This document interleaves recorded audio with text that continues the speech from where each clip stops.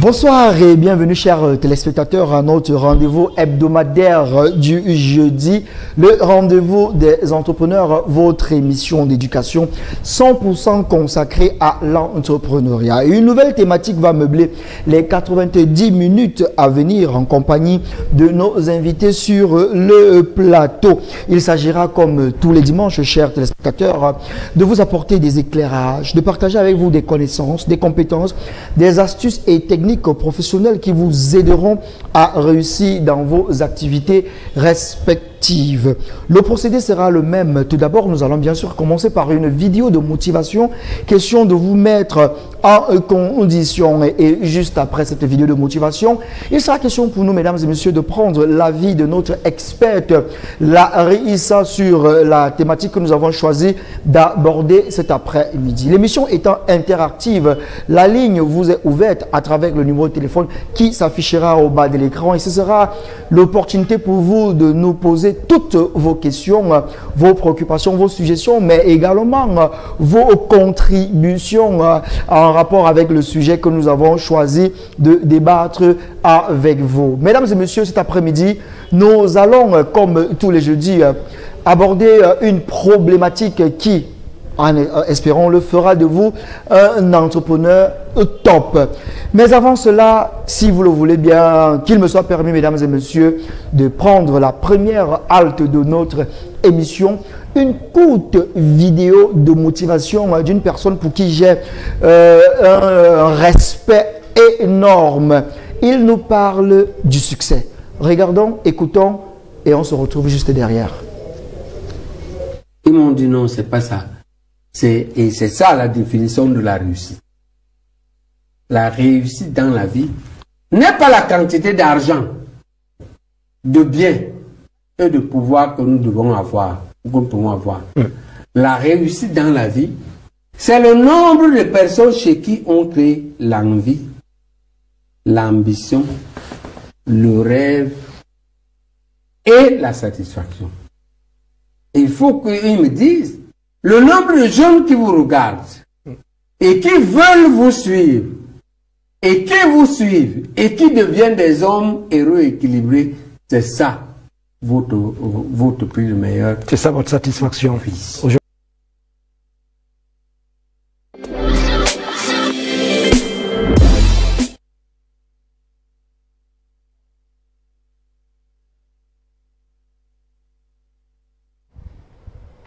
De retour sur le plateau du rendez-vous des entrepreneurs, à l'instant, c'était l'éminent intellectuel, le professeur Baïbek, qui partageait avec vous quelques éléments de définition de ce que le succès. Ah oui, généralement on se pose la question de savoir c'est quoi avoir réussi, c'est quoi être un homme de succès, ou alors pour parler prosaïquement, c'est quoi être riche, c'est quoi être pauvre. Ce sera peut-être l'objet d'un prochain débat, mais pour cet après-midi, mesdames et messieurs, nous parlons des idées de business rentable pour créer son entreprise. Voilà le sujet que nous avons choisi d'aborder avec vous cet après-midi, chers téléspectateurs. Vous le savez, l'Afrique est la nouvelle terre des startups et de l'entrepreneuriat. Avec le développement économique et la naissance d'une vraie classe moyenne, les opportunités d'affaires se multiplient.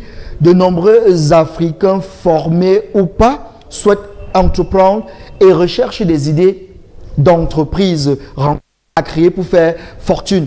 Le secteur, il est...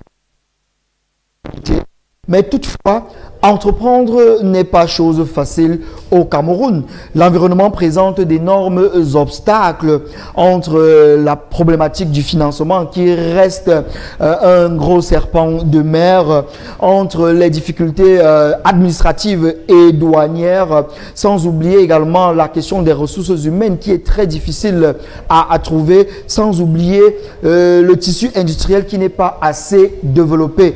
Néanmoins, des espaces existent pour trouver sa place. Quels sont les secteurs d'activité les plus rentables qui existent de nos jours? Quel business en 2022 cartonne? Dans quel secteur peut-on se lancer et espérer devenir riche, financièrement parlant, bien sûr? les réponses à ces questions tout au long de cette émission en compagnie de ceux qui vont nous rejoindre. Mais avant cela, si vous le voulez bien, chers téléspectateurs, l'avis de Larissa Waikao et on se retrouve juste derrière.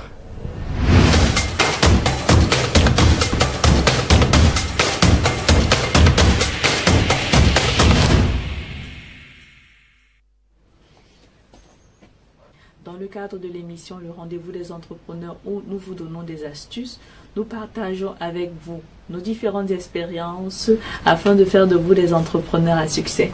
Sans plus tarder, nous allons passer à la thématique du jour qui n'est nulle autre que les idées d'entreprise. Quelles sont ces idées-là qui vont vous permettre de mettre sur pied votre entreprise? Elles sont nombreuses, elles sont multiples, elles varient en fonction du secteur d'activité. Elles vont varier en fonction de votre budget, mais surtout, elles vont varier en fonction du besoin. Nous savons que pour pouvoir déceler une idée ou une solution, on doit d'abord avoir le problème. Il ne suffit pas simplement de se lancer dans une activité par hasard. Il faut au préalable déceler le problème, apporter une solution, ou à défaut, si vous ne trouvez pas le problème dans votre situation, mais vous souhaitez améliorer le cadre de vie de votre entourage ou de votre environnement, vous pouvez mettre en place un produit innovant. La procédure sera différente en fonction que vous décidez d'apporter une solution à un problème ou que vous décidez d'améliorer l'environnement, le cadre environnemental dans lequel vous vous situez. Le contexte économique actuel avec la sortie du crise du coronavirus a permis aux uns et aux autres de pouvoir voir le véritable impact de l'Internet sur chacun de nous. Parce que nous avons plus de 2 milliards de personnes qui sont connectées sur Internet tous les jours et qui donnent à l'entrepreneur un champ large, un grand marché où tout le monde peut se retrouver. Quelles sont donc ces différentes idées-là qui, pour ceux qui veulent se lancer dans le web entrepreneuriat, peuvent faire?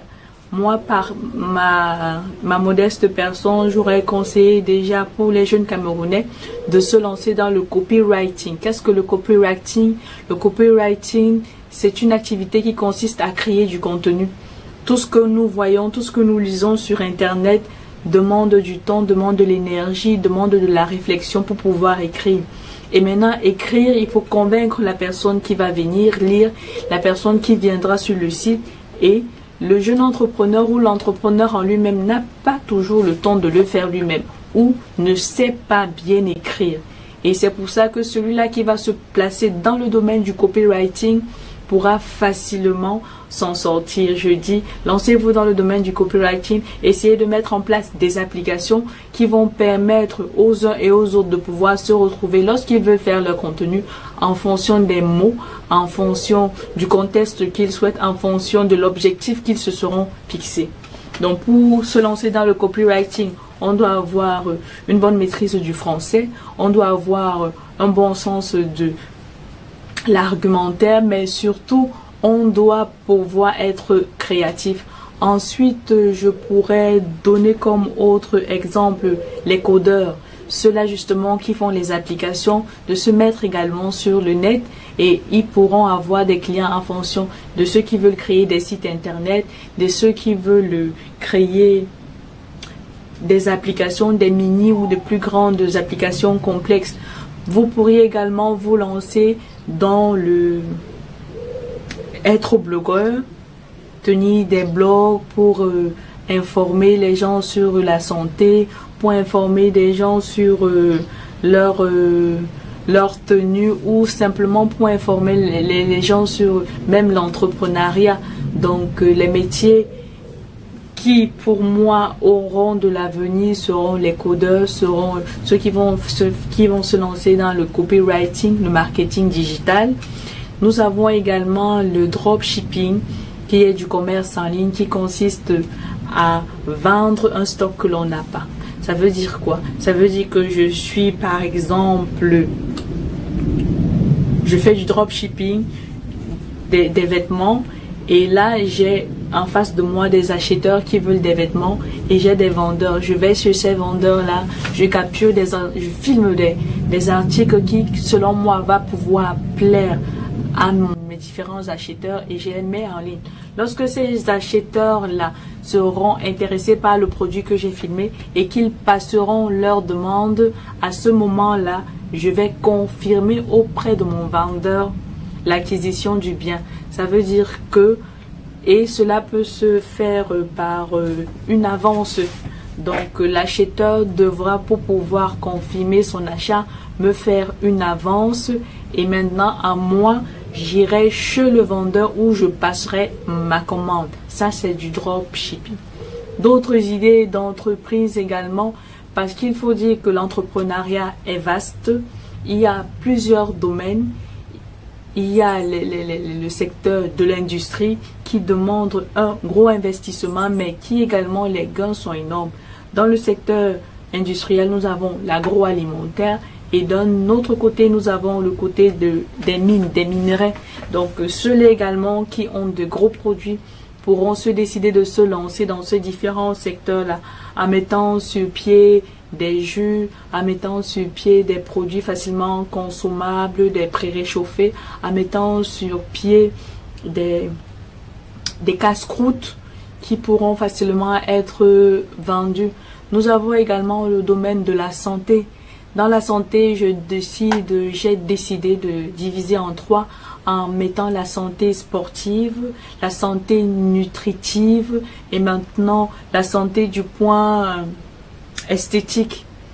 Dans la santé sportive, ça pourra être coach sportif, comment perdre le ventre pour des femmes qui viennent d'accoucher, comment perdre du poids, comment améliorer sa tension. De même dans la santé nutritive, quels sont ces aliments-là qu'il faudrait prendre, à quel rythme, à quelle fréquence, si on est obèse, si on est diabétique, si on est hypertendu, si on est hypotendu. Voilà également des idées de projets que vous pourriez mettre en place et cela peut passer par le biais des applications. Nous avons également le domaine de la culture où nous pourrions faire découvrir aux uns aux autres nos différentes cultures, nos mets. Nous pourrons faire découvrir nos monts en mettant en place des excursions, en mettant en place des programmes de danse. Je pense que ça aussi, ce sont des idées qui vont marcher. Chaque projet n'est pas aussi rentable que l'un. Il faut dire que plus un projet est rentable, plus elle est risquée. Ça veut dire quoi? Si je décide de rester dans une optique de sûreté et ne pas prendre des risques, forcément, mon projet n'aura pas une grande rentabilité. Et si je vais dans un projet où je sais qu'à tout moment, je peux tout perdre, je sais que ce genre de projet également est très rentable. Nous avons également dit, dans le contexte, je reviens plus dans le contexte du e-commerce parce que c'est celui-là qui est le plus en vue, mais qui est le plus également difficile parce que lorsque vous décidez de vous mettre en ligne, vous avez au moins plus de 500 000 entreprises que vous allez retrouver sur le net. Il faut par conséquent être compétitif. Et lorsque vous souhaitez vendre à l'extérieur, il faut par exemple respecter les normes qualité. Il faut par conséquent être en règle, avoir constitué son entreprise. Mais si vous êtes dans une entreprise qui est en ligne, comment est-ce que vous devriez vous y prendre pour pouvoir devenir une entreprise? Est-ce qu'il y a un service qui est adapté à ce genre de projet-là? Oui.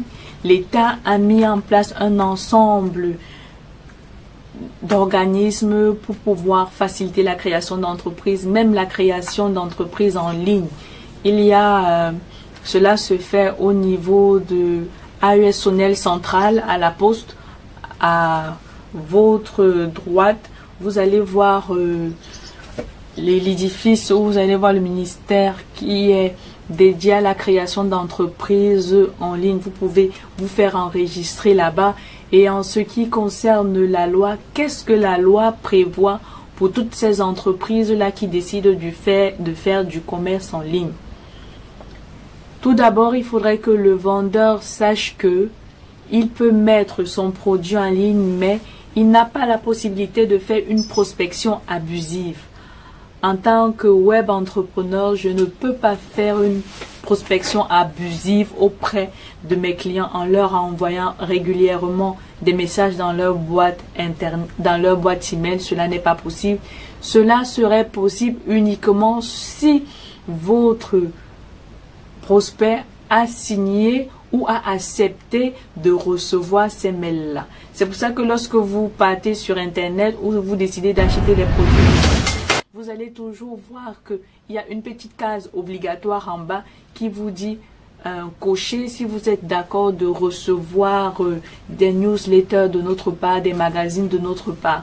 C'est uniquement si votre utilisateur ou votre futur client a décidé d'accepter de recevoir ces mails-là que vous pourrez leur envoyer des mails relativement à la publicité de votre entreprise. Vous pourriez également, vous ne pourriez pas leur envoyer des factures par le biais de WhatsApp. Cela ne tient pas. Vous devriez leur envoyer des factures par le biais de courrier électronique, parce que c'est le courrier électronique qui fera office en cas de délit, de pouvoir prouver que le client avait effectivement reçu sa commande et l'avait également validé. Donc, vous devriez donc toujours envoyer les factures à vos clients à leur adresse électronique et non par le biais de WhatsApp ou ni de Twitter. Vous devriez également, dans les délais de 15 jours, pouvoir confirmer l'envoi de ces factures-là ou attendre à ce qu'il y ait un retour de marchandises. Ça veut dire quoi? Lorsque vous avez décidé, votre client a accepté la commande, vous, par le biais peut-être d'une entreprise de livraison, vous avez fait parvenir cet article à votre client, mais lorsque le client là, il n'est pas satisfait du produit qui lui a été vendu, il a un délai de 15 jours pour pouvoir vous renvoyer la marchandise, et vous, à ce moment-là, lorsque vous recevez le colis, vous avez également un délai de 15 jours pour pouvoir résoudre, soit retourner l'argent au client, soit lui renvoyer l'article qui a été commandé. Et aussi, lorsque vous décidez de faire du commerce en ligne, il faudrait vous rassurer au préalable que le client peut checker sa liste des achats. Ça veut dire quoi, checker sa liste des achats? Lorsque le client passe sa commande et qu'il envoie cette commande-là dans le panier, il doit avoir, là c'est la loi qui l'impose, il doit avoir la possibilité de revoir toute sa liste, de faire une vérification. Si votre site ou si votre application ne permet pas à votre client de faire cette vérification-là avant la commande, lorsqu'il sera pas content du produit qu'il a eu, vous devriez payer une compensation, et généralement l'amende varie entre 250 000 et 2,5 millions de francs CFA. Donc, faites bien attention lorsque vous décidez de vous lancer dans le web entrepreneuriat. Assurez-vous que vous êtes en règle. Ça veut dire que vous avez votre entreprise, que vous avez dûment légalisée auprès du service agréé qui se situe à côté de ASONEL Poste Centrale, que vous avez les factures, que vos prix sont référencés, que vous avez les adresses électroniques de tous vos clients et que vous ne pourriez pas faire de la prospection sans leurs autorisations. Sinon, cela est également punissable par la loi. Donc, j'espère que les idées que je vous ai données pourront vous aider. N'hésitez pas, comme on le dit, le temps imparti n'est pas toujours suffisant pour pouvoir tout vous dire, pour pouvoir tout vous donner. Mais écrivez-moi sur ma boîte email boikao.larissa@yahoo.fr. yahoo.fr, non. boikaolarissa@gmail.com, mais également vous pourrez, comme on le dit, le temps imparti n'est jamais suffisant pour pouvoir tout vous montrer, mais n'hésitez pas si vous avez des questions, des préoccupations ou si vous souhaitez que l'on travaille ensemble sur votre idée entrepreneuriale, n'hésitez pas à m'écrire sur ma page Gmail boikaolarissa@gmail.com ou sur mes pages Instagram et Facebook. Je serai ravie de partager avec vous votre idée de projet et de vous aider à pouvoir savoir comment vous allez la développer et comment est-ce que vous pourriez avoir des financements. Je vous dis merci et je vous dis à la semaine prochaine. Bye.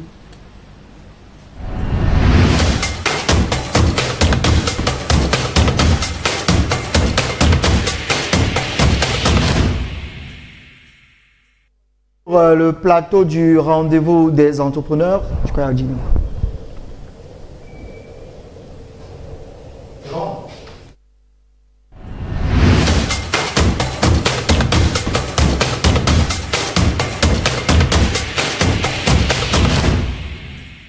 Sur 100% dédiée à l'entrepreneuriat. Et cet après-midi, nous allons parler business. Ah oui, nous parlons business essentiellement cet après-midi. Vous êtes activement à la recherche de la bonne idée pour pouvoir créer votre business, pour pouvoir vous lancer dans l'entrepreneuriat. Vous savez, une idée, c'est bien. Des idées, il y en aura toujours. Mais une idée en soi, ça ne vaut pas grand-chose. Ce qui est le plus important, c'est ce que vous en faites. La mise en œuvre, c'est ça qui a de la valeur. Alors, quelles sont ces idées de business qui peuvent être transformées plus tard en entreprise? Quelles sont les activités qui peuvent vous rendre riche en 2022? Quels sont les business qui cartonnent en 2022? Installez-vous bien, mesdames et messieurs, car pendant les minutes qui suivent, en compagnie de notre invité, nous allons partager avec vous des idées qui vont vous permettre de pouvoir investir l'argent qui est dans votre porte-monnaie là. Je sais qu'il y en a parmi vous, vous avez un peu de sous, vous avez un peu économisé, vous voulez vous lancer, mais vous ne savez pas dans quoi vous lancer, mais surtout comment lancer. Notre première invitée en plateau cet après-midi, mesdames et messieurs, elle est consultante marketing et community manager. Son travail, mesdames et messieurs, c'est pour booster la visibilité, mais surtout faire croître les ventes. C'est la personne indiquée pour permettre, vous à la maison, croître la visibilité de votre entreprise, mais aussi la rentabilité de cette dernière. Elle s'appelle Sorel Nyoma et elle nous fait être des nôtres cet après-midi. Bonsoir Sorel et welcome sur le plateau du rendez-vous des entrepreneurs. Bonsoir Armstrong, bonsoir à tous. Alors, première impression, comment est-ce que tu te sens sur notre plateau? Plutôt détendu. Et le concept, comment est-ce que tu le trouves? Comment tu trouves déjà ce concept qui a comme objectif principal une visée pédagogique, c'est-à-dire l'éducation des masses, éducation financière, éducation liée à la chose entrepreneuriale. Comment est-ce que tu trouves ce concept?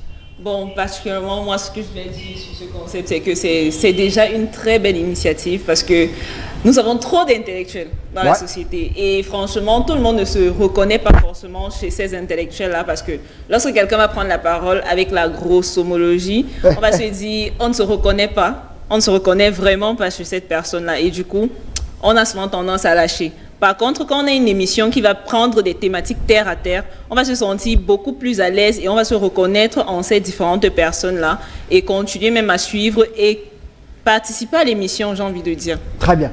Alors, bien installé, oui. La thématique bien préparée. Naturellement. Je pense qu'on va passer un très beau moment en ta compagnie.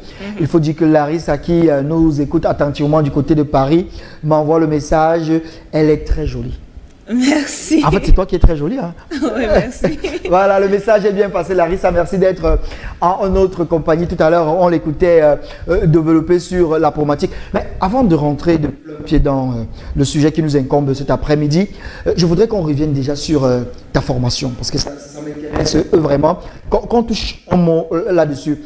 Dans mon propos introductif te présentant, je disais tu es consultante marketing et community manager. Alors, c'est quoi une consultante en marketing? C'est vrai, community manager, on a eu un community manager, c'est la dernière fois, qui nous a un peu expliqué de quoi il s'agit, mais consultante marketing. Ok, une consultante marketing, c'est quelqu'un qui va avoir un regard extérieur par rapport aux différentes activités des personnes sur le terrain. Donc, c'est quelqu'un qui a non seulement déjà l'expérience parce qu'elle a déjà lancé plusieurs activités, elle a échoué, parce que c'est très important de préciser l'échec, et elle a également réussi. Ce qui veut dire quoi? Quand toi qui lances ton business, tu vas venir vers une consultante, elle va te dire, ok, ce que tu es en train de faire, si tu peux faire ça comme ça, ou alors tu pourrais faire comme ça pour que ton business prospère. C'est clairement du coaching en fait en marketing. Et c'est que n'est pas la consultante marketing? Là, on sait ce que c'est, mais que n'est pas une consultante marketing? Pour faire la différence avec d'autres activités, parfois connexes, ou alors parfois il y a confusion entre community manager, digital, machin, truc et autres. Que n'est pas une consultante marketing? Elle n'est pas forcément une community manager. Oui. Tu peux être consultante marketing, mais en fait, il y a des consultantes marketing, des consultants, autant pour moi, marketing, qui sont spécialisés offline. J'étais à Douala récemment, j'ai rencontré une, elle est sur le terrain. Lorsqu'on parle de marketing sur le terrain, c'est elle. Mais quand on va parler du digital, elle ne se reconnaît pas. Ouais. Donc, ce n'est pas forcément quelqu'un que vous allez voir en ligne. Donc, parce qu'on attend souvent à voir ces profils-là forcément en ligne. Non, ce n'est pas forcément une personne que vous allez trouver en ligne. Ouais. Donc, elle ne sera pas forcément en train de faire du community management, du marketing digital, mais peut-être peut avoir de l'expertise dans un secteur d'activité bien précis. Super.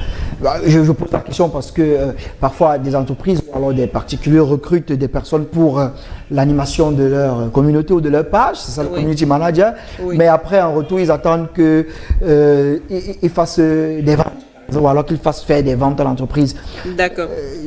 Voilà où je voulais un peu en venir. Est-ce que c'est le rôle du community manager? Ok.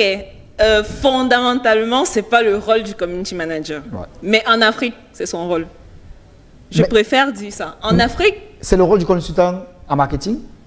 Le consultant en marketing, c'est juste le guide. Il va t'apprendre comment est-ce que tu peux faire prospérer ton business. Voilà.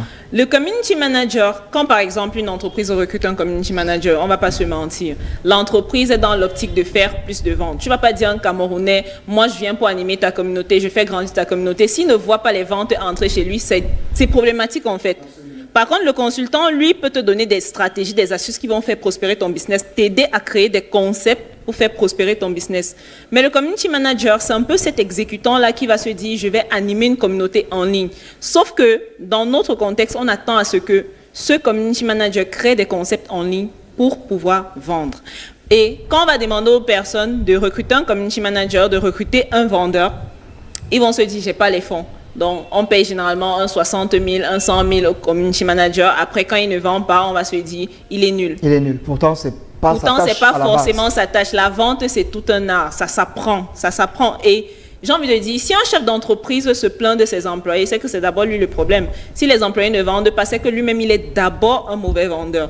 Donc, il ne faut pas recruter un community manager et attendre qu'il fasse des ventes. Pourtant, vous-même, vous n'arrivez pas à faire des ventes dans votre entreprise. Tu fais très bien d'aborder le boost et la visibilité et l'accroissement des ventes.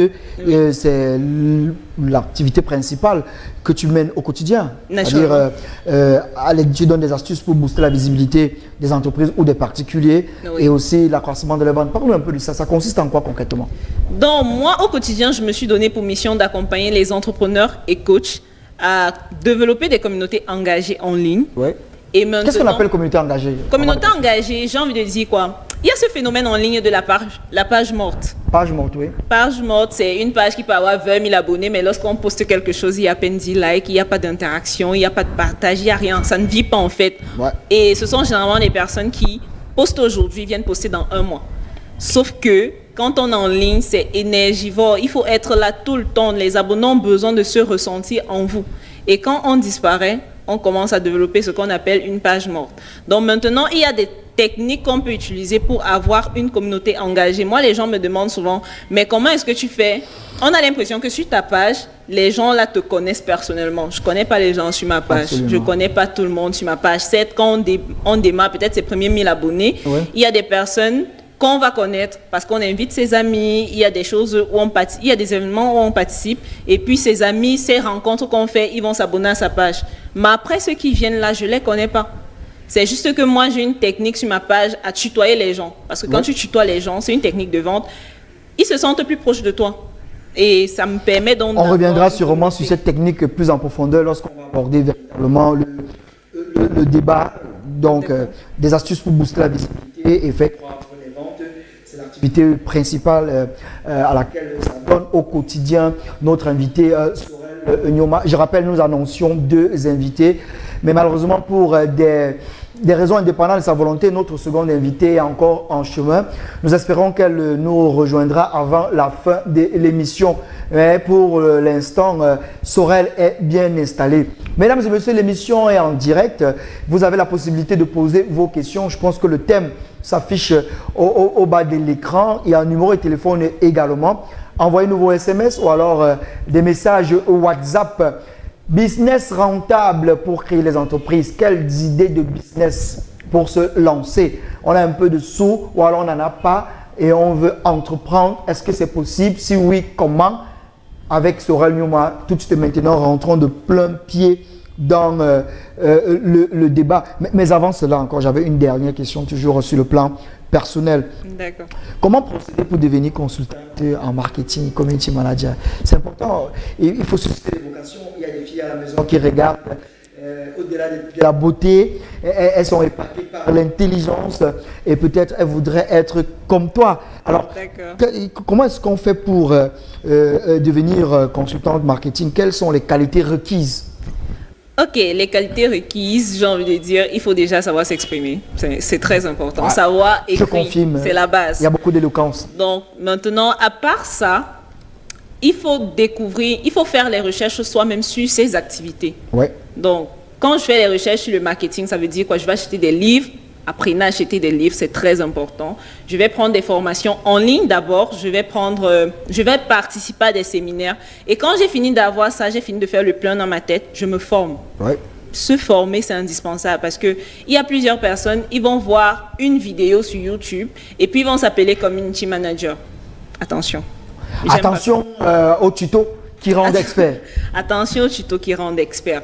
Donc, après la formation maintenant, forcément, moi je dis toujours, quand je forme les gens, je fais comprendre aux gens que si c'est que tu n'as pas de page que tu peux gérer pour une entreprise, commence par ta propre page. Donc, tu fais ça sur toi-même. Ça te permet d'échouer, ça te permet de comprendre comment est-ce que l'outil fonctionne ou les outils fonctionnent. Et quand tu vas comprendre ça, même quand tu vas peut-être aller chercher de l'emploi ou bien commencer à proposer tes services, tu auras au moins quelque chose de palpable à montrer que, ok, moi je suis quitté de 0 abonné parce qu'avant d'avoir 400 000 abonnés, on a d'abord 0 abonnés. Donc, je suis quitté de 0 abonnés, j'ai eu 100 abonnés, j'ai eu 1000 abonnés, etc. en tel nombre de temps. C'est ça qui va au moins montrer que de ton côté, tu as déjà pu comprendre l'activité et tu peux amener l'activité d'une autre personne à un autre niveau. C'est ce que j'ai fait. J'ai eu une page quand je me formais, Shop Anything from China, parce que j'ai commencé à importer des choses de la Chine. Et pour moi, c'était juste la page de test en fait, pour ma formation. Et après, j'ai commencé à avoir des retours. Et cette page m'a fait générer un marché. Ça m'a fait gagner un marché plus tard de pratiquement 10 millions. Wow. Donc, j'ai envie de dire, c'est juste avec le digital, créer un logo basique. Commencez avec les communications soi-même. Voir ce qui fonctionne, voir ce qui ne fonctionne pas. Vous allez perdre de l'argent, certainement. Absolument. Mais vous devez continuer. Et si c'est que vous faites mal, rapprochez-vous de ceux qui font bien. Soyez humble, allez apprendre de ces personnes-là. C'est comme ça que vous... Elle s'appelle Sorel Nyoma. Son éloquence ne souffre d'aucune contestation. Vous pouvez le constater en même temps que moi. Et au-delà de l'éloquence, il y a de la pertinence dans ses propos. Elle est consultante en marketing, elle est community manager et elle a accepté d'être cet après-midi en notre compagnie pour partager avec vous son savoir-faire, son savoir-être, son expertise, mais surtout ses compétences. Alors, Sorel, oui. En 2022, quels sont les business qui cartonnent? En 2022, quels sont les business qui cartonnent? Ça, c'est une très belle question. Merci. Et c'est une question qui revient tout le temps. Toujours. Quel est le business que je peux lancer, Sorel? J'ai envie de dire, tous les business sont bons en Afrique. Tout secteur d'activité fonctionne. Mais ce qui va faire en sorte qu'on persévère dans un secteur d'activité, c'est la constance et la consistance. Et au-delà de ça, j'aimerais dire, tout le monde fait la même chose. Franchement, tout le monde veut se lancer dans la même chose. Tout le monde veut faire la même chose de la même façon. C'est ce qui ne fonctionne pas. Donc, ce qui fonctionne dans la société, c'est créer un concept. Si par exemple, on voit en ligne, il y a le community management qui chauffe beaucoup, tout le monde veut se lancer dans le community management parce qu'on se dit que c'est facile. Mais est-ce que tu as les prérequis? Est-ce que tu es quelqu'un qui fait vraiment de la recherche? Parce que oui, le community manager va faire du copywriting. Et quand on parle de copywriting, c'est la recherche. Ouais. Est-ce que tu es quelqu'un qui est comme ça? On a l'impression que c'est plus facile que, comme l'autre là, c'est juste sur le téléphone, c'est juste sur la machine, moi j'ai déjà ça, je peux lancer. Non. Pour lancer un business et pour qu'il soit rentable, la première chose qu'on va faire, c'est déjà savoir à quelle cible est-ce qu'on va vendre ce qu'on veut proposer. C'est la première étape, avant même de trouver le problème. Je veux vendre à qui? Est-ce que je veux vendre aux riches? Est-ce que je veux vendre à ceux qui veulent débuter en ligne? Est-ce que je veux vendre à ceux qui veulent vendre hors ligne? Est-ce que, quand j'ai déjà la cible là, c'est là que je vais décider, ok, ma cible a besoin de quoi? C'est comme ça que je vais commencer à analyser la cible. Et je vais ressortir un besoin. Maintenant, le besoin, là, le problème en fait qu'il rencontre, c'est ça que je vais venir résoudre avec l'idée de business. Parce que moi, j'aime dire, les jeunes, on n'aime pas observer. Ouais. Tout ce qu'on regarde en route, quand on marche, on n'a pas le temps d'écouter la société. On a le temps de, voilà, se balader, admirer les endroits, partir à des endroits, faire la fête. Mais ce n'est pas forcément ça qui fonctionne. Souvent, quand tu es dans le taxi, prends la peine d'entrer dans le taxi. Les gens ont les problèmes, ils se plaignent. C'est comme ça que tu peux commencer à te dire, je peux lancer telle activité. Et l'autre chose, c'est de ne pas rester sur l'idée, parce que toute idée est bonne sur le papier. Hein. Ouais. Nous tous, on se lève dans la nuit, on se dit, je vais lancer telle activité. Ok, je finis de faire les calculs, bang, je suis millionnaire. Ça fonctionne pas. Notre expert Larissa parlait notamment cette question de l'idée. L'idée, en fait, toute idée est bonne. Toute idée est vraiment bonne. Je vais prendre un exemple. Moi, récemment, sur ma page, en fait, j'ai commencé les communications, je donnais des astuces vente. Et l'analyse que j'ai pu faire, ça veut dire écouter ma communauté, c'était clairement voir que quand je mettais astuces vente, je donnais l'astuce vente, ça grimpait. Je traversais forcément les 150 likes, les plus de 2000 personnes touchées, etc. Et puis je me suis dit, si je supprime ce concept de ma page, ça ne va plus fonctionner. Donc si c'est que je supprime ce concept, ça ne va plus fonctionner, qu'est-ce que je peux faire? Après un jour, je demande à mes abonnés clairement que, si c'est qu'on lance un groupe, où je vais continuer à vous donner des astuces comme ça, est-ce que vous allez accepter? Donc j'ai mis une phrase en bas comme quoi, on crée ou on attend encore. Et bizarrement, j'ai eu plusieurs commentaires comme quoi, on attend quoi, on crée. Allons-y. En 24 heures de temps, j'ai lancé le concept, j'ai créé un lien, j'ai mis le lien là et en moins de 24 heures, j'ai eu 12 paiements dans le groupe. Waouh. Donc, ce que j'ai envie de dire, c'est que quand on a une idée, quand on a déjà la cible, on a déjà le problème qu'on veut résoudre, parce que dans ce groupe, ce sont les problèmes des gens qui veulent se lancer en ligne, qui veulent vendre en ligne que je résous. On passe à l'action. Il faut la mise en œuvre. On passe directement à l'action. C'est mieux de passer à l'action et échouer que d'avoir des regrets, se dire que j'aurais pu lancer des remords, en fait, j'aurais pu lancer, ça aurait pu fonctionner. Qu'est-ce que tu sais? Comment est-ce que tu vas savoir c'est qu'une idée peut fonctionner? C'est que toi-même, tu ne passes pas à l'action. Si tu es juste dans les nuages. Moi, c'est peut-être ma particularité. Quand j'ai une idée, quitte à ce que je perde de l'argent, mais quand je vais perdre de l'argent, forcément, j'aurai une information qui va me permettre d'ajuster, en fait. Alors, Sorel, le préalable a déjà été fait. On a l'idée, on a mûri l'idée. Oui. On veut passer à l'action. Revenons donc à la question. Quels sont donc les business qu'on peut... Les business qui cartonnent, comme je le disais. Les business qui cartonnent. Si on parlait de manière business après business, choisissons quelques-uns et on explique le process, par exemple. D'accord. Un business qui cartonne, j'ai envie de dire, le community management, c'est un bon business. Ouais. c'est un bon business. Mais la limite là-bas, c'est que tu ne pourras pas gérer 3, 4, 5, 6 pages seul. Ouais. Donc, toi-même déjà, tu devrais être cette personne qui maîtrise comment les outils fonctionnent et encore même ne pas gérer tous les réseaux sociaux. Parce que si tu es community manager et que c'est toi qui gères YouTube, c'est toi qui es sur Twitter, c'est toi qui es sur Insta, c'est toi qui es sur Facebook, tu ne peux pas t'en sortir.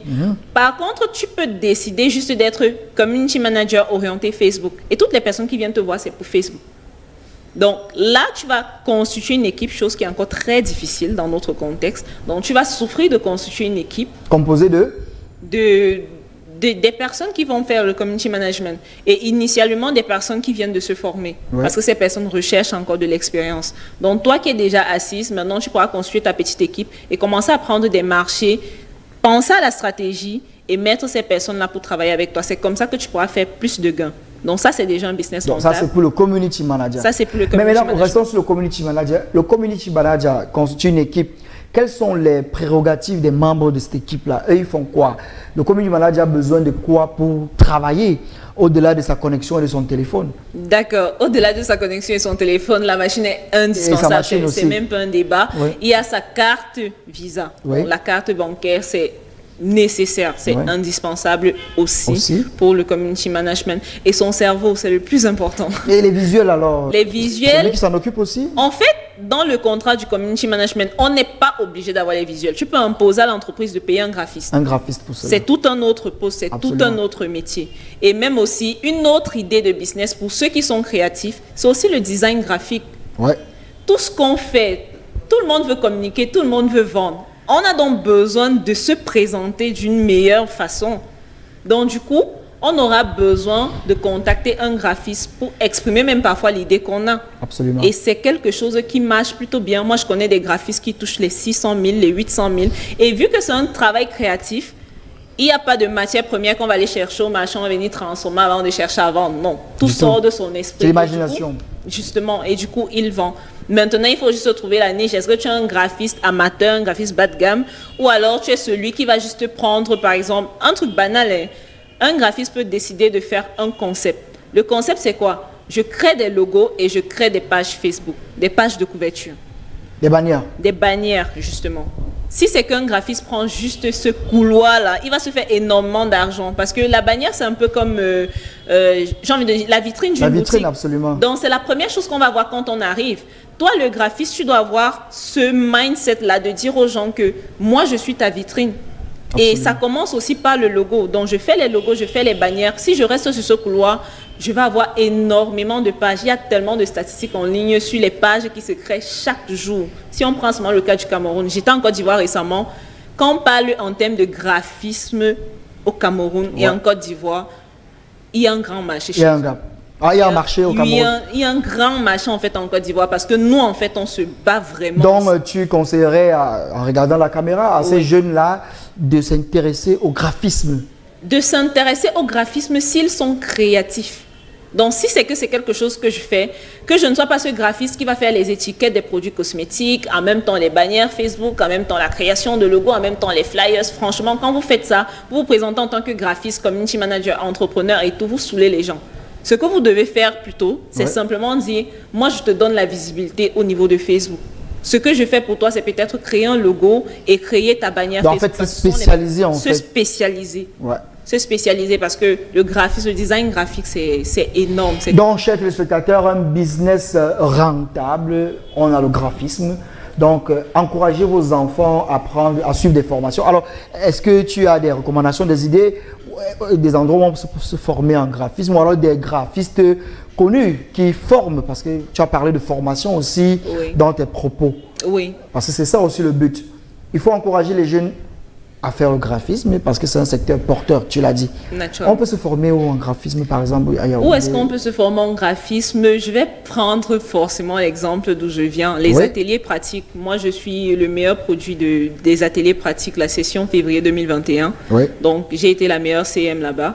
Et ils forment aussi en design graphique. Donc, ceux qui veulent se former en community management, en design graphique, en assistance, ça aussi, c'est vraiment l'école pour moi où il faut y aller. Parce qu'après, tu as un stage. Et le stage, généralement, moi, j'ai fait mon stage chez ECA. Ouais. ECA qui est aussi renommé pour le design graphique et la communication digitale. Donc, très bien. Par là. Alors, on a parlé du community management, on a parlé du graphisme.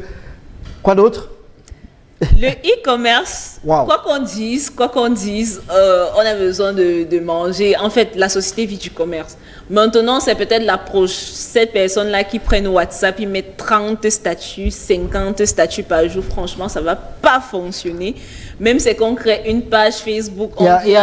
Si tu permets, je te coupe. Il y a une phrase que j'aime souvent dans les conversations sur WhatsApp. Est-ce que tu peux parler plus fort? Parce que ce que tu viens de dire là est très pertinent. À l'observation, parfois, on a une petite sœur, une cousine qui vend des babouches, par exemple, et on se réveille le matin, on voit son statut, on veut bien voir.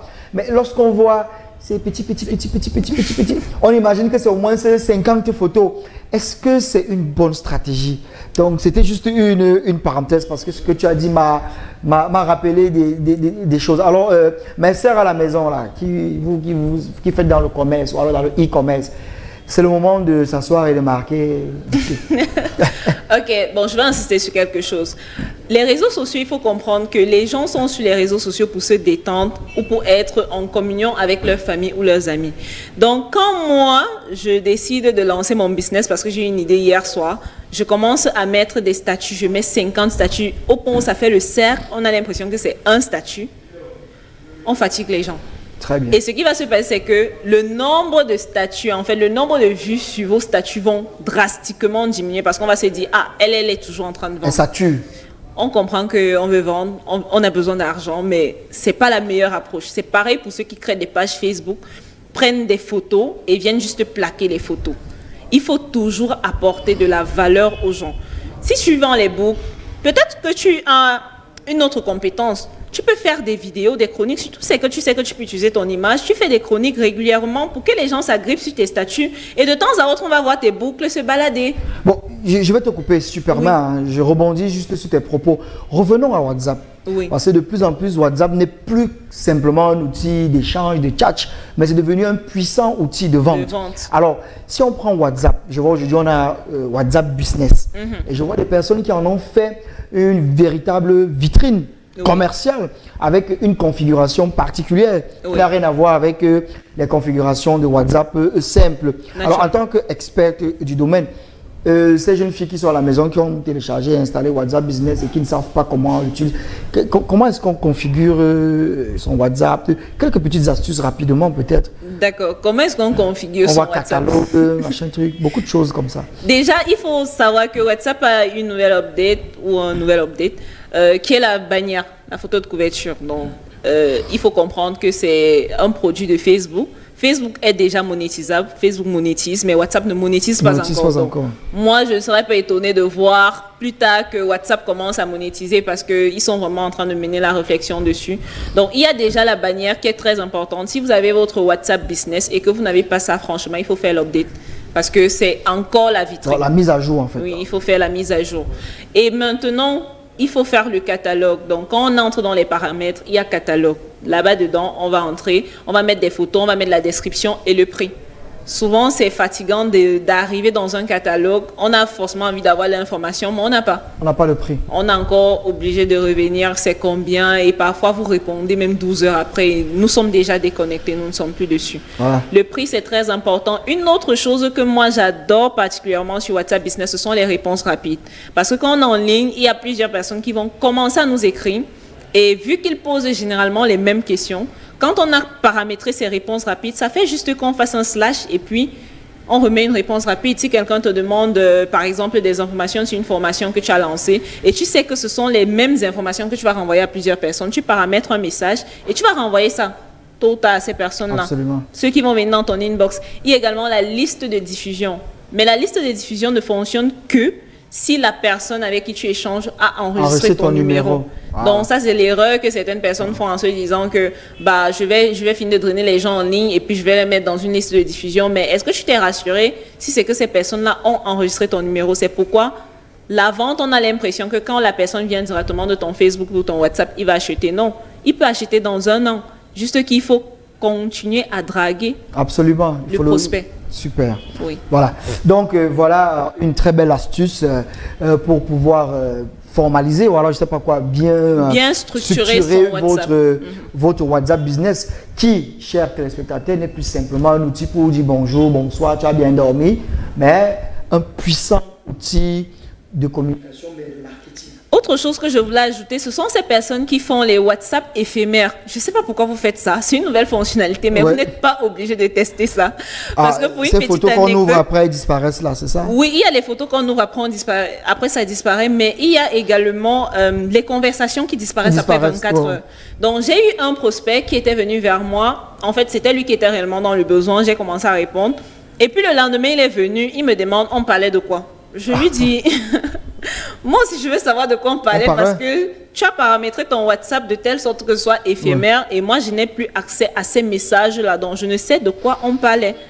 Et ça, c'est pas souvent agréable en fait. Absolument. Donc, les gens qui ont les messages éphémères ou les WhatsApp éphémères, essayez de désactiver ça. C'est pas toutes les fonctionnalités qui sont bonnes à tester. Très bien. Chers téléspectateurs, nous sommes en direct comme tous les jeudis. C'est le rendez-vous des entrepreneurs. Continuez à nous faire parvenir vos messages à travers le numéro de téléphone qui s'affiche au bas de l'écran. Envoyez-nous vos messages et notre invité se fera le plaisir, bien sûr, d'apporter des réponses. À l'instant, nous sommes en train d'énumérer quelques idées de business qui peuvent se transformer en entreprise. On a parlé du community management, on a parlé du graphisme. Voilà, à l'instant, on parlait du e-commerce avant que je ne t'ai interrompu. Alors, on peut poursuivre avec le e-commerce. Oui, le e-commerce, en fait, moi, déjà, j'ai importé depuis la Chine. Oui. Donc, j'ai créé une entreprise qui me permettait d'importer depuis la Chine. Et le e-commerce, c'est bien, ça fonctionne. Surtout quand on a déjà un réseau de distribution, c'est qu'on a des personnes qu'on va livrer régulièrement. Ça devient plus intéressant. Mais si on se dit, tout va dépendre de nous seulement, ça peut commencer à être dérangeant. Donc, ce qu'on peut faire quand on veut se lancer dans le e-commerce, c'est déjà d'identifier un produit. Donc, être la référence sur un produit quand on démarre. Être la référence sur un produit et travailler le réseau de distribution. Donc, ceux qui connaissent comment faire le marché à Mokolo ou à Mbopi, vous allez partir où on va acheter en gros. Évitez la Chine pour un premier temps. Parce que peut-être facilitant en Chine. Mais c'est très fatigant d'attendre le produit qui doit arriver dans 1 mois et ça arrive dans 3 mois. Et quand ça arrive dans 3 mois, le client se met à te gronder. Et parfois, ça arrive, c'est de mauvaise qualité. Par contre, si je veux me lancer dans ça, il y a plusieurs zones. Je peux être à Douala. Je me lance dans le e-commerce et je facilite la tâche à ceux qui sont par exemple à Bertois, qui n'ont pas la facilité d'aller à Douala. Parce que pour partir de Bertois pour Douala, il faut passer par Yaoundé et c'est souvent lourd pour ces personnes-là. Je peux me positionner sur ce marché-là de livrer. Nous, on n'aime juste pas prendre les risques parce qu'on se dit on va rester dans notre ville, on va vendre sur les statuts WhatsApp, mais on ne veut pas sortir. C'est pas plus facile de vendre en ligne en fait. Voilà. Donc, vous déconseillez pour un début les longues distances, la Chine. Oui, d'importer depuis la Chine, si on n'a pas vraiment des fournisseurs, et même parfois nos amis ou la famille qu'on a là-bas, ils n'ont pas le temps d'aller sur place. Et encore que la Chine se confine et se déconfine tout le temps. Voilà, restons dans le e-commerce. Là, tu parlais du commerce avec stock. Et il y a une autre activité qui s'est développée dans le e-commerce, ce fameux dropshipping. Et là, lors de la dernière émission, les téléspectateurs sont restés sur leur faim car l'invité avait abordé cette question. Alors, est-ce qu'on peut revenir sur le dropshipping? Larisse également, dans son intervention, a abordé cet aspect-là. Alors, toi qui es une experte également dans ce domaine-là, le dropshipping, est-ce qu'on pourrait le conseiller aussi à les téléspectateurs? Le dropshipping, sincèrement, je vais dire, je ne sais pas. Je ne sais pas parce que ce n'est pas forcément une activité que j'ai testée. Et je n'aime pas parler de ce que je n'ai pas testé. Mais ce que je vois en ligne, des personnes qui font dans cette activité, ce sont généralement des personnes qui ont déjà des connexions. Il y a une ici au Cameroun qui est l'une de mes amies. Elle fait dans le dropshipping. Sauf qu'elle a déjà tout un réseau de distribution et elle a vécu en Chine. Donc, pour elle, ça devient une facilité de se dire, je vais par exemple faire quitter un produit de la Chine pour l'Allemagne. Mais est-ce que je vais recommander à quelqu'un de le faire? Il y a Yumi Denzel en ligne. Il nous a tous fait briller les yeux et tout. Parce qu'on a vu comment il a utilisé le dropshipping pour monter. Mais moi, perso, je ne l'ai pas testé. Donc, dire que je vais communiquer en ligne et puis quelqu'un va aller prendre un produit chez une autre personne. Est-ce que déjà le système de livraison fonctionne dans notre pays? Voilà une autre activité que tu évoques et qui me vient à l'esprit, la livraison. Et il faut dire que Larissa, notre experte, fait dans la livraison. Elle a son entreprise, Mon Petit Commissionnaire, qui joue ce rôle-là. Et on a plusieurs startups également, jeunes entreprises qui font dans la livraison. On a par exemple Bi, on a plein de... Alors, est-ce que c'est une activité également qu'on pourrait conseiller à nos jeunes frères et jeunes sœurs qui nous regardent? Service de livraison. Sincèrement, c'est une activité qui est en train de pénétrer le marché, notamment dans la ville de Douala, beaucoup moins à Yaoundé. Mais à Douala, on a de plus en plus des entreprises qui se lèvent avec des petits chauffeurs là, qui se baladent dans la ville pour livrer des colis. Maintenant, est-ce que je recommande à une personne de se lancer dans la livraison? Est-ce qu'on va s'en sortir quand on sera seul dans la livraison? Je ne pense pas. C'est souvent l'idéal en fait, c'est de se mettre en groupe. D'être dans une entreprise où vous allez faire des livraisons spécifiquement pour des gens. C'est là que ça va fonctionner. Par ailleurs, il y a aussi une autre idée de business que je peux peut-être partager aussi avec vous, c'est la restauration rapide. Toujours. Il y a ce problème-là de ne pas avoir où manger en ville. On a l'impression que parce qu'on sort le matin, on va forcément avoir de quoi manger, mais ce sont les mêmes repas.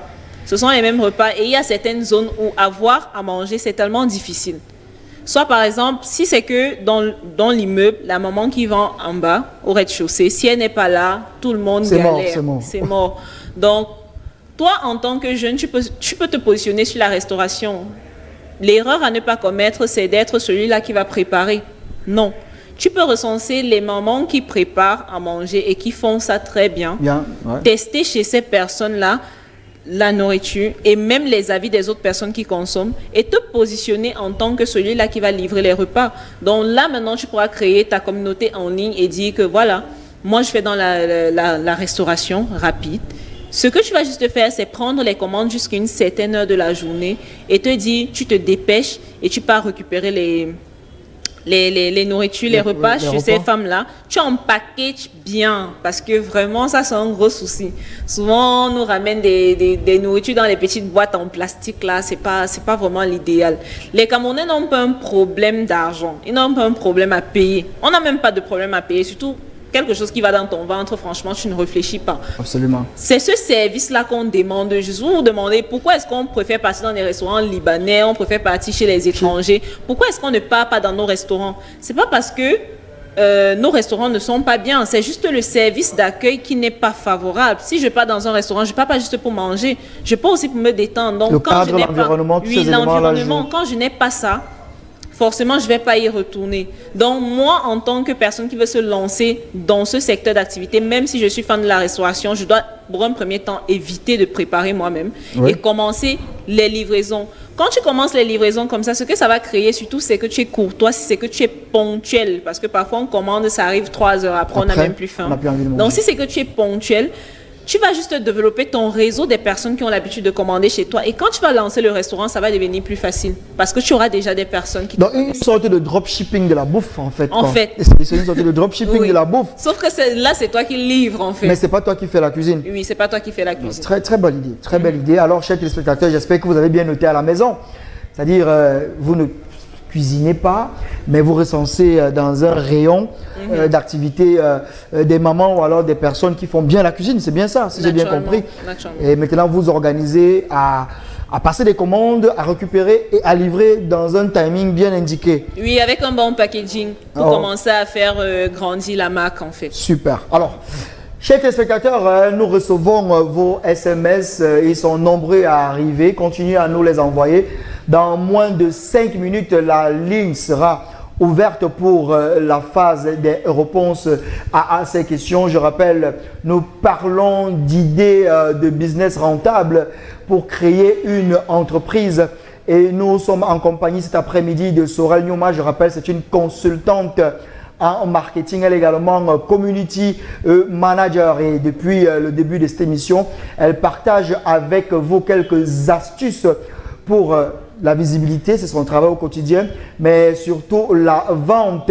Nous avons déjà énuméré quelques activités qui peuvent devenir des entreprises. Alors, est-ce qu'il y en a forcément beaucoup? Peut-être deux dernières, mais moi, je vais plutôt te poser des questions sur deux activités. Voilà. Oui. C'est vrai que ces questions, j'aurais voulu poser ces questions à la seconde invitée qui n'est toujours pas arrivée. De plus en plus, on parle de coaching, coach de vie, développement personnel. Est-ce que c'est également un business rentable qui peut plus tard devenir une entreprise, le coaching, de manière générale, pas forcément en développement personnel ou en vie, mais le coaching de manière générale? Oui, le coaching, c'est une activité qui génère énormément d'argent. Dernièrement, j'étais en formation à Douala et je me suis rendu compte en fait que les gens ont ce problème de motivation. Et j'ai même quelqu'un à la Startup Academy qui est venu à l'une de mes conférences et il a une page de 16 000 abonnés. Et là-bas, il parle juste de motivation. Donc, on comprend à quel point les Camerounais ou du moins les Africains veulent cette motivation, veulent cette personne qui va leur dire « vas-y, fais-le, on croit en toi, etc. » Et du coup, ça devient un business parce que c'est un problème pour les gens. Maintenant, c'est peut-être l'approche parce que là, en ligne, on a plusieurs personnes qui se disent « je veux être coach, je suis coach en mode de vie, je suis coach en développement personnel, je suis coach en ci, je suis coach en ça. » Je bloque un peu parce que pour moi, un coach est un exemple. Si on veut coacher les gens, on doit voir que toi-même, tu ne galères pas, toi-même, tu ne souffres pas. Mais si on n'arrive pas à voir ça chez toi, tu auras beau faire des vidéos de motivation, ça ne sera pas rentable. Absolument. Parce qu'un coach, pour moi, c'est quelqu'un qui a d'abord un business qui tourne. Qui a déjà réussi. Oui, c'est quelqu'un qui a déjà réussi, c'est quelqu'un qui a déjà roulé sa bosse, comme on dit. Donc, pour moi, c'est celui-là qui sera coach, qui va pouvoir m'aider à passer à un autre niveau. Parce que le coach aussi, c'est ce modèle-là, c'est ce repère. J'ai envie d'être comme lui. Donc, ce n'est pas ce marabout qui vous montre comment devenir millionnaire, pourtant lui-même n'est pas millionnaire. Non, justement, ce n'est pas ce marabout qui va vous dire, je vais vous faire gagner telle somme, pourtant moi-même, je n'ai pas. Il n'a pas. Très bien. Donc, on peut encourager les jeunes téléspectateurs à... il faut se former pour être coach en développement personnel ou alors c'est des aptitudes innées, naturelles? Bon, pour certaines personnes, ce sont des aptitudes innées. Et je sais quand même qu'il y a des formations sur le coaching parce que quand même, ça doit être structuré. Tu ne vas pas dire, tu amènes quelqu'un d'un niveau A, d'un point A à un point B, si tu n'es pas structuré. Donc, il y a une école pour ça, je pense, en ligne. Hein, il doit y avoir des écoles pour ça. Je n'ai pas encore fait de recherche parce que forcément, ça ne m'intéresse pas. Mais l'autre façon aussi d'être coach, c'est d'avoir des résultats. Et lorsque tu as des résultats, les gens vont commencer à t'appeler coach même sans le vouloir. Très bien. On va sortir de ce débat avec une problématique qui est très d'actualité. Oui. Et vraiment, je voudrais même bloquer toute une émission pour qu'on parle de cette problématique qui malheureusement est en train de prendre des proportions très inquiétantes. Cette notion de influenceuse ou influenceur. Quel est l'avis de Sorel sur cette question d'influenceur? Certes, c'est une activité qui a pignon sur rue, mais c'est quoi même déjà être un influenceur et c'est quoi le bon influenceur? Parce que je pense que de plus en plus, il faut faire la part des choses entre le bon et l'ivraie. Parce qu'on a déjà trop d'influenceurs. Je ne voudrais pas faire de la publicité à cette actualité que nous tous nous connaissons. Oui. Alors, influenceuse, est-ce qu'on peut classer les influenceurs dans la catégorie des business rentables qui peuvent devenir des entreprises? Si oui, c'est quoi le meilleur profil? Qui sont ces personnes qu'on peut véritablement considérer comme des influenceurs? Des personnes qu'on peut considérer comme des influenceurs. Déjà au Cameroun, j'en vois pas beaucoup, sincèrement. J'en vois pas beaucoup. L'influence, déjà, c'est à tous les niveaux. Mais maintenant, il y a cette influence qu'on connaît, là, ces personnes qui peuvent influencer sur un produit, sur un service, etc. Mais j'ai envie de dire, si on part au plus bas niveau, ton parent est un influenceur. D'abord. Ton abonné est un influenceur. Il y a des gens qui peuvent te suivre en ligne, mais vont influencer l'achat chez quelqu'un. Donc, c'est forcément quelqu'un en qui on voit un modèle. Mais maintenant, dans modèle, il faut voir quelles sont tes aspirations. S'il faut prendre un exemple, au Cameroun, par exemple, Eto'o Fils est un influenceur. Un très bon influenceur parce que s'il dit A, on va voir des gens que ça va impacter les jours d'après ou la minute d'après qui vont commencer à se comporter d'une façon. Pour moi, c'est ça un influenceur, celui-là qui impacte dans le bon sens, de façon positive. Peut te considérer comme un influenceur? Naturellement. Naturellement, quand on prend le pan de l'entrepreneuriat. Oui. C'est un influenceur. Pour moi, c'est un influenceur. Et les filles qui font les sextapes là peuvent être considérées aussi comme des influenceurs? Là, c'est de l'influence négative. Ouais. Mais maintenant, ça, c'est mon concept à moi. Ouais. Pour moi, c'est pas valide. Pour moi, c'est pas correct. Qu'est-ce qu'il faut faire? Parce que de plus en plus, on voit que des jeunes personnes se lancent dans cette activité, soit par mimétisme, soit par ignorance, ou alors, je ne sais pas. Peut-être il faudrait que vous, des experts que vous êtes, trouviez le bon mot pour dire à ces jeunes filles qui sont abonnées à TikTok, abonnées à YouTube, abonnées à Facebook, font des vidéos matin, midi, soir et autres, le canevas pour peut-être se lancer dans cette activité, parce que chacun influence l'autre à sa manière, c'est certain. Moi, je dis que, en fait, par rapport à ce phénomène qui se passe dans notre pays, tout va même au niveau de l'école déjà. Ouais. Au niveau de l'école, quelles sont les personnes que l'on recommande, quelles sont les personnes qu'on invite dans nos écoles? Ça, c'est la première chose.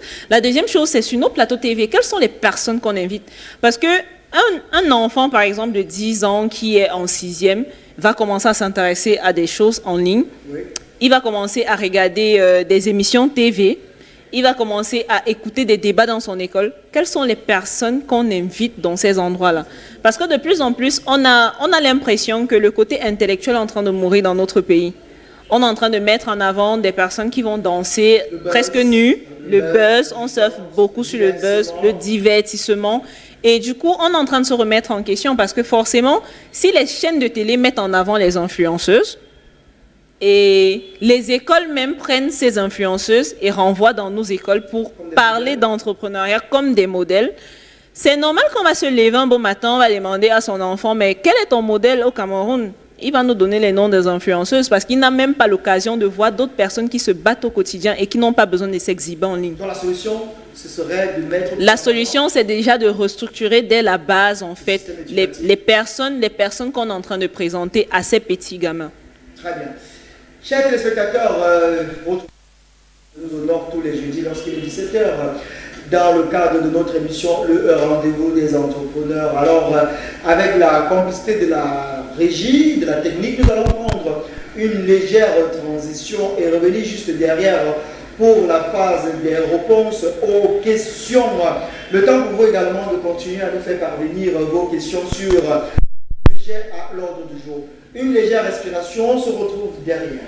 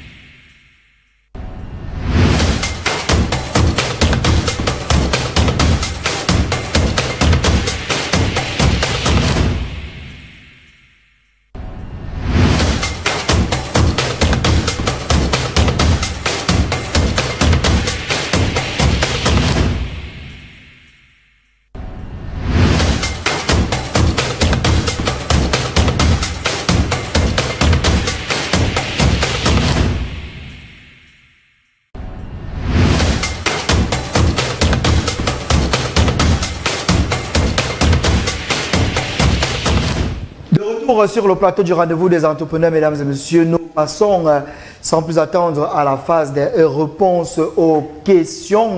Vous êtes nombreux à nous suivre à l'instant et nous avons déjà reçu dans notre messagerie plein de questions et nous allons sans plus attendre commencer. Alors Sorel, un téléspectateur qui nous salue déjà, bonsoir à lui. Il nous demande quelles sont les références pour se former en graphisme et community management. D'accord. Donc, les références pour se former en graphisme et community management, forcément, j'ai parlé de les ateliers pratiques. c'est par là que moi-même je suis passée. Il y a également la Startup Academy où on retrouve des graphistes. Parce que généralement, quand on poste les visuels de la Startup Academy, ils sont très bien faits. Et on se demande, mais qui sont les graphistes qui sont derrière la Startup Academy? Ils sont nombreux. Il faut juste que vous soyez au bon endroit au bon moment pour être avec ces personnes-là au quotidien, apprendre d'eux et grandir en travaillant sur des projets. Très bien. Bonsoir à vous en plateau. Très bonne thématique. Je voudrais savoir, pour un entrepreneur débutant, est-il nécessaire d'avoir un consultant en marketing, vu que c'est très coûteux pour payer? Monsieur Namou Élisée, responsable du service poubelle. Bien reçu, monsieur Namou. Avoir un consultant en marketing très cher payé, j'ai envie de dire, lorsqu'on veut se lancer en business et qu'on ne fait pas ce qu'il faut faire, surtout qu'on n'a pas tous les axes d'entrée de jeu, ouais, on va juste perdre de l'argent.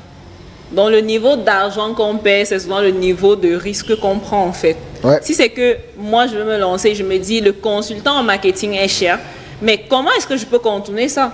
Ça peut être à travers des séminaires. On n'a pas cette culture d'aller à des séminaires. On n'a pas cette culture d'aller à des formations. On n'a pas cette culture d'aller à des talk shows.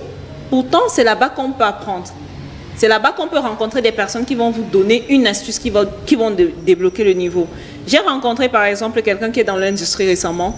Il me faisait comprendre que lui ne communique pas en ligne parce qu'il ne sait pas communiquer. Ça, c'est une information que moi, je n'avais pas forcément. Voilà. Mais je peux contourner et venir proposer un service derrière. Et à côté de ça, il m'a fait comprendre que lui, quand il part aux formations, ce n'est pas forcément parce qu'il ne connaît pas ce qu'on va raconter là-bas, mais c'est parce qu'il cherche une astuce. Et quand on va donner l'astuce là à la formation, pour lui, c'est bon, même s'il a payé 50 000 ou 100 000 après. Bon, le téléspectateur précise, il dit, oui, en début d'activité, je viens de lancer mon entreprise, est-ce que c'est nécessaire pour moi de m'attacher les services d'un consultant marketing? Non. Non, ce n'est pas obligatoire, ce n'est pas forcé. D'entrée de jeu, non. Donc, on peut commencer sans... On peut commencer sans le consultant marketing. Oui. Oui. Mais après, est-ce que c'est... Après, il faudra quand même le faire. Si déjà on ne passe pas par des livres, si on ne passe pas par des formations, on aura besoin de ça à la longue.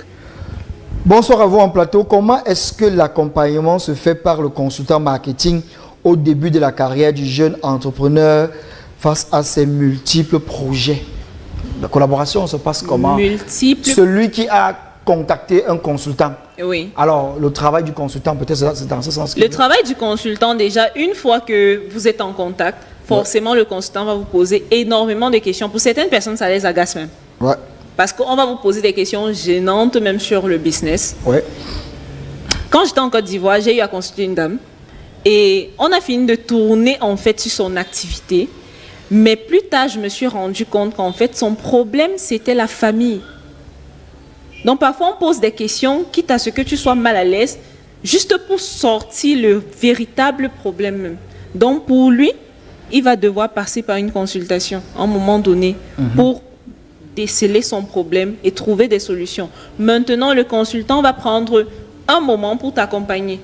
Donc, après la consultation, c'est peut-être 1 heure, 2 heures, dépendant du consultant, on va finir de ressortir peut-être des concepts en fonction des objectifs de la consultation. Et une fois que c'est fini, on va maintenant commencer à vous proposer des concepts qu'on pourra suivre. Le problème, c'est justement souvent passer à l'action. Parce qu'on finit de proposer des choses et puis la personne rentre dans sa routine. Très bien. Bonsoir à vous sur le plateau. Comment faire pour être invité sur votre plateau afin de partager mon savoir et faire bénéficier à vos téléspectateurs?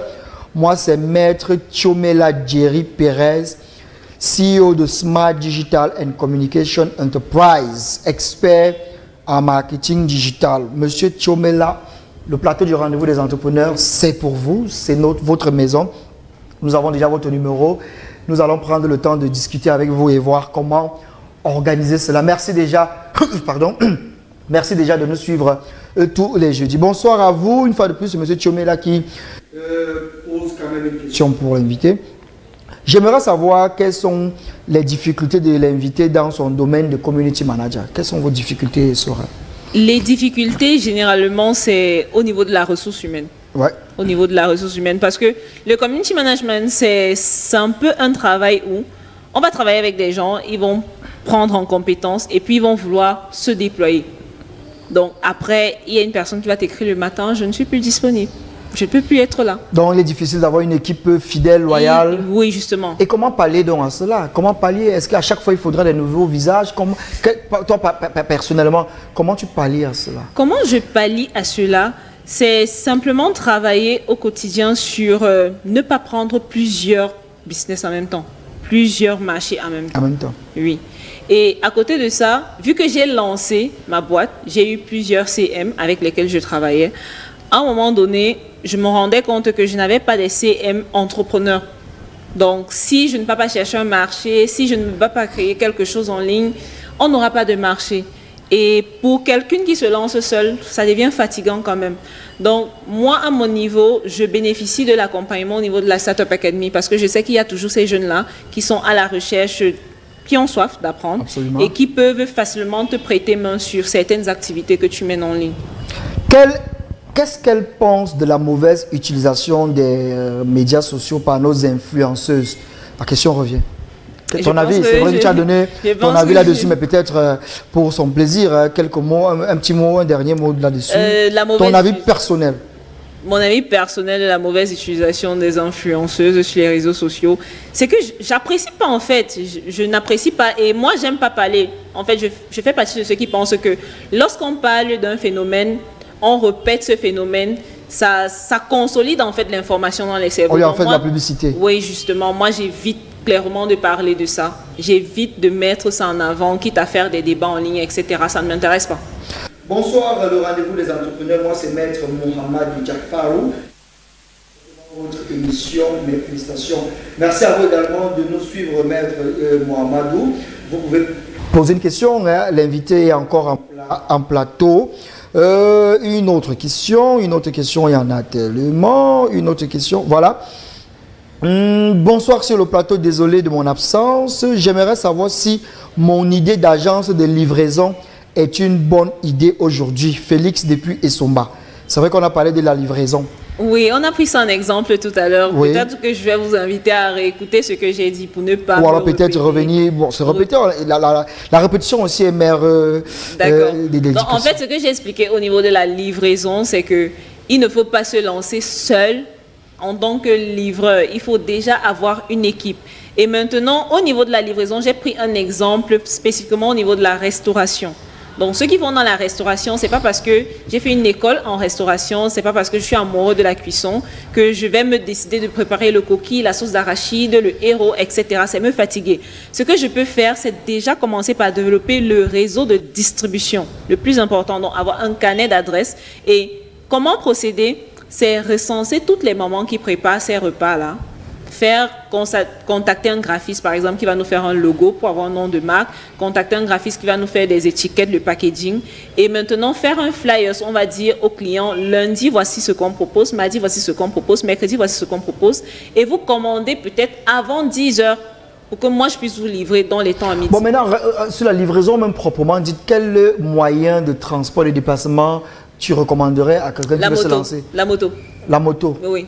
Oh. La moto, si c'est qu'on veut livrer un repas chaud à quelqu'un dans notre ville, c'est pas évident. Donc, il faut s'acheter une moto alors? Oui, il faut s'acheter une moto et peut-être une caisse avec, je sais plus comment on appelle ça, mais un peu comme des Uber, là, les thermos. Oui, ces thermos-là, pour que ça reste chaud. Ça reste chaud. Oui. Bonsoir Armstrong, j'espère que vous allez bien sur le plateau. S'il te plaît, quelle est la différence entre une personne qui fait dans le graphisme et une personne qui fait dans la créa? Dans la créa. Je ne comprends pas trop bien la question. Bon, c'est vrai que la créa, c'est toujours la création. La création. Un graphiste fait dans la créa. Même le community manager fait dans la créa, donc cette question n'est pas comprise. Bon, peut-être on invitera un graphiste, un qualifié, un expert à la matière. C'est une question technique, peut-être il y a une différence. Il nous éclairera là-dessus. Voilà une dernière question. On ne pourra pas répondre malheureusement à toutes vos questions. J'aimerais connaître la durée et le coût de la formation à la Startup Academy. La durée et le coût de la formation en quoi? La durée, vous faites dans quoi à la Startup Academy? Peut-être parce que le temps que la Startup Academy, en fait, ce qu'il faut comprendre, c'est une association d'entrepreneurs et d'aspirants entrepreneurs. Ouais. Et lorsqu'on est à la Startup Academy, il y a plusieurs formations qu'on peut suivre, plusieurs formations qu'on met en place pour accompagner ces entrepreneurs et ces aspirants entrepreneurs au quotidien à faire prospérer leurs activités. Donc, quand on parle de formation spécifiquement, il y a des formations enregistrées parce qu'on enregistre toutes les formations là-bas. Tout comme si on veut une formation en présentiel, on peut peut-être avoir un stage directement chez une personne qui excelle dans un domaine particulier à la start-up. Voilà, avec la complicité une fois de plus de la régie, on prend la transition qui annonce, la rubrique annonce, permettez-moi la redondance. Ce sera la dernière articulation de notre émission. Annonce. Ou alors on y va sans transition alors? Sans transition, chers téléspectateurs, vous regardez le rendez-vous des entrepreneurs. Alors, Sorel, nous sommes arrivés pratiquement au terme de notre émission. Alors, en quelques mots, quelle est ton actualité personnelle sur le plan professionnel? Est-ce qu'il y a une formation? Comment est-ce qu'on fait pour se rapprocher de toi, pour bénéficier de ton expertise? Parce qu'en 90 minutes, il est quasiment impossible de faire le tour de la question. Quelle est l'actualité de Sorel déjà pour commencer?